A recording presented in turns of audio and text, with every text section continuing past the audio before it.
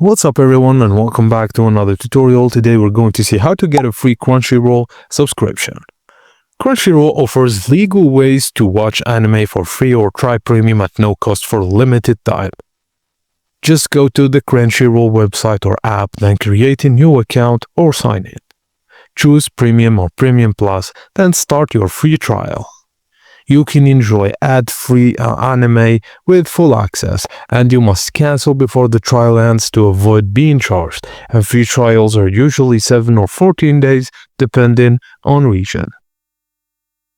Or you can just watch Crunchyroll for free with ads because it allows you for free viewing without a subscription. Free anime episodes, ads during playback, and limited access.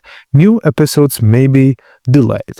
And that's it guys, as simple as that. Thank you for watching and please don't forget to like and subscribe for more.